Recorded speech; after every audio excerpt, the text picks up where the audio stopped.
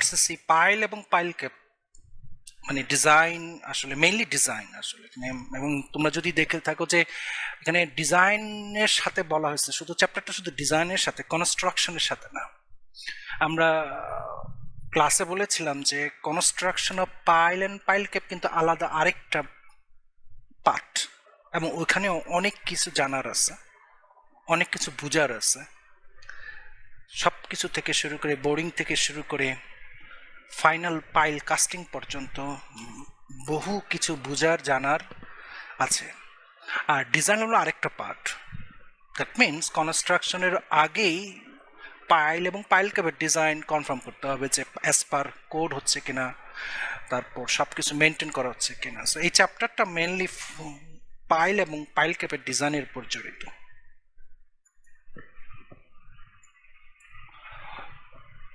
What is pile বা pile foundation? আমরা তোমাদেরকে বলেছি ফাউন্ডেশন এবং ফুটিং দুইটা শব্দ আছে, কিন্তু একটা হলো ফুটিং, একটা হলো ফাউন্ডেশন। দুটার অর্থ এক না। ফুটিং হচ্ছে সিঙ্গেল ম্যাটার্সকে বোঝায়, আর পুরো সিস্টেমটাকে বলা হয় foundation.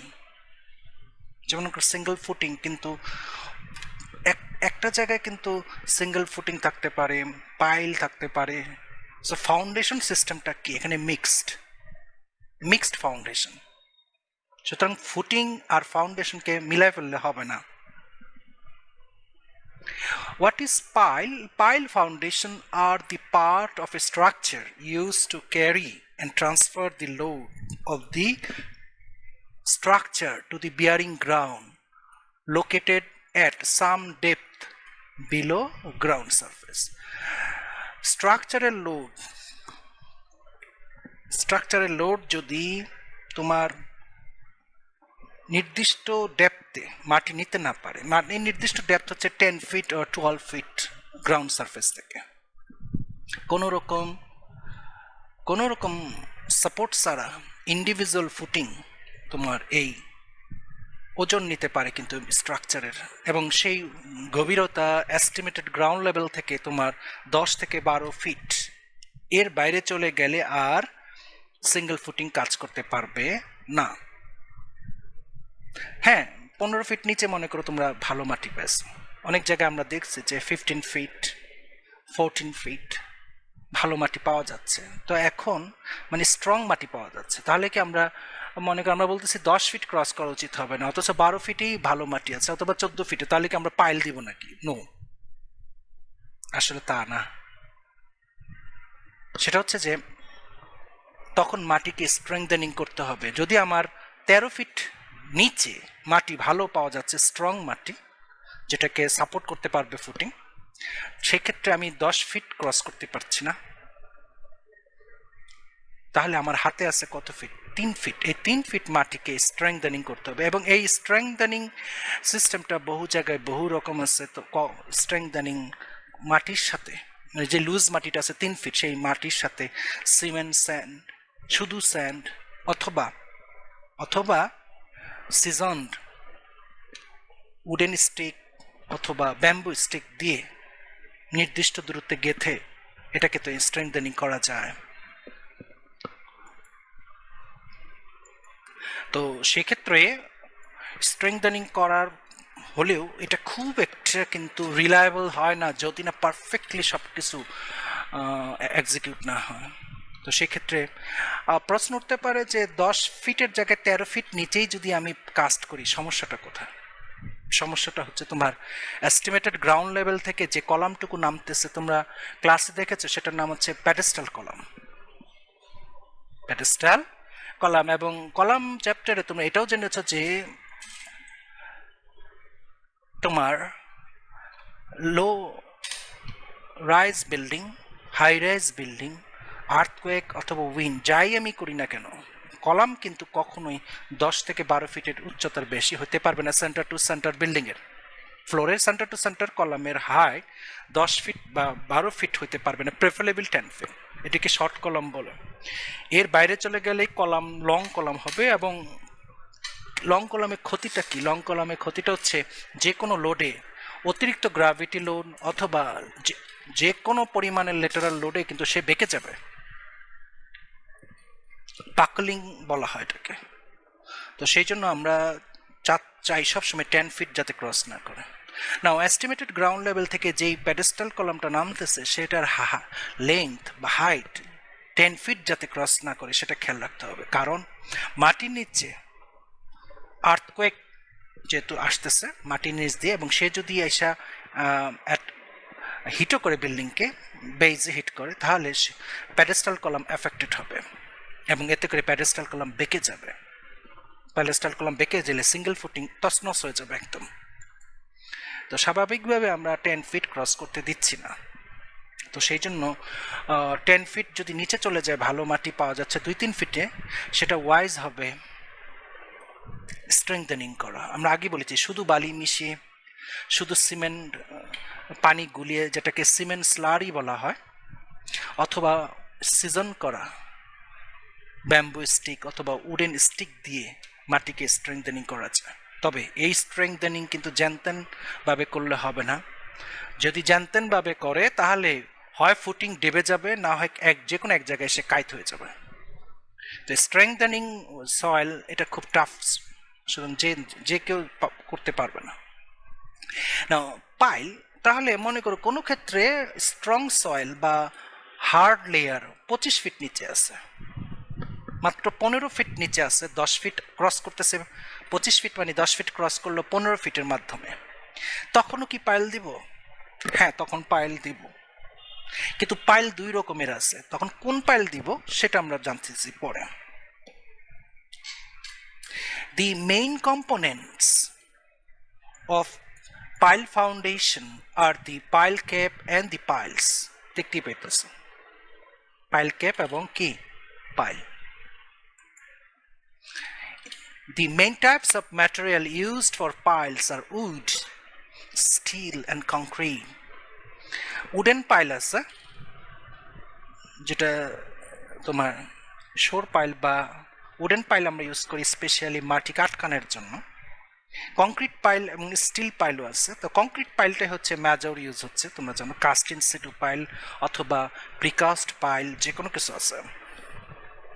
Piles made from these materials are driven, drilled or jacked into the ground and connected to the pile caps. Drill বা বোর্ড পাইলস, ডিফারেন্ট টাইপের উপর পাইল আছে, সেগুলো আমরা একটু পরে জানবো।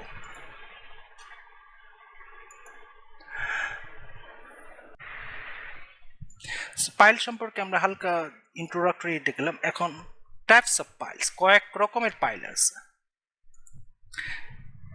মেইনলি ইম্পর্টেন্ট ক্লাসিফিকেশন সামনেই দেখতে পাচ্ছ, এতে যে ক্লাসিফিকেশন করা হয়েছে যে কিসের উপরে, লোড ট্রান্সমিশনের উপরে,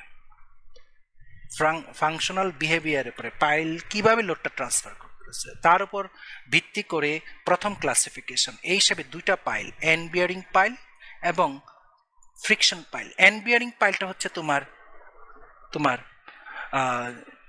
আমরা নর্মালি যে কাস্ট ইন সিটু পাইলটা দেখাচ্ছি, নর্মালি আমরা যে কাস্ট ইন সিটু পাইলটা করি সেটা লাস্ট মাথাটা তোমরা ক্লাসে দেখেছো যে টো অফ দি পাইল একেবারে হার্ড লেয়ারে পর গিয়ে বসতেছে, তার মানে তার এন্ডটা বিয়ারিং হচ্ছে কারো না কারোর গায়ে। এন্ড বিয়ারিং পাইলস, তার মানে এন্ড বিয়ারিং পাইল হচ্ছে পাইলের লাস্ট মাথাটা সাপোর্ট নিচ্ছে কিছুর ওপরে, এই শব্দটাকে ইংলিশে বিয়ারিং বলা হয়। এন্ড মানে প্রান্ত, লাস্ট প্রান্ত। তোমরা ছবিতে দেখেছো যে ক্লাসে যে লাস্ট মাথাটা হার্ড সয়েলের উপরে, হার্ড লেয়ারের উপরে সে সাপোর্ট নিচ্ছে। So end bearing piles, these piles transfer their load on a firm stratum, firm মানে strong অথবা হার্ড লেয়ার ইংলিশ অর্থ তার, located at a considerable depth। Considerable depth বলতে যেই ডেপথ তার দরকার সেই depth below the base of the structure, and they derive most of their carrying capacity from the penetration resistance of the soil at the toe of the pile। সোজা কথা, যেইটা আমরা একটু আগে বললাম যে end bearing piles cohesionless pile আর কি। সোজা কথা, মাটিতে সে তোমরা ক্লাসে দেখেছো যে পাইলটা কিন্তু পানি মাটির সাথে মিশানো আছে, পুরো সিস্টেমটাই কিন্তু পানির সাথে কানেক্টেড। তার মানে এখানে কোথাও কোনো সয়েলের সাথে তার ফ্রিকশন হওয়ার কোনো সুযোগ নেই। পাইলটা যাচ্ছে কিন্তু যেভাবে কাস্টিং হচ্ছে এবং যেভাবে তোমার বোরিং হচ্ছে সব কিছু কিন্তু পানির সাথে রিলেটেড। তার মানে কাস্টিং এর সাথে সয়েলের কোনো রকম ফ্রিকশন হবে না, ফ্রিকশনলেস পাইল এটা, অথবা কোহেশনলেস পাইল। এই সর্ব জায়গায় আমরা এন্ড বিয়ারিং পাইল ইউজ করি। সেকেন্ডটা হচ্ছে ফ্রিকশন পাইল অথবা কোহেশন পাইল, এবং এইটা আমরা কখন ইউজ করব, এটা আমাদের দেশে ইউজ হয়। আমরা দুই ছবিতে যদি পাশাপাশি আনতেছি, this is a end bearing pile. তোমরা দেখতে পাচ্ছ যে পাইল, দিস ইজ পাইলের লোড, মনে করো পাইলের লোড কিউ, পাইলের লোড কি কিউ, এবং পাইলটা চলে গেছে একদম হার্ড লেয়ার পর্যন্ত, এই যে hard layer end bearing pile, এবং পাইলের সাথে মাটির কোনো সংস্পর্শ নাই, মানে কোনো রকম কাস্টিং এর সময় কোনো রকম ফ্রিকশন হবে না। এটা হলো সচরাচর আমরা যে পাইলটা দেখি, কাস্ট ইন সিটু পাইল। আর এটা হচ্ছে ফ্রিকশন পাইল বা কোহেশন পাইল।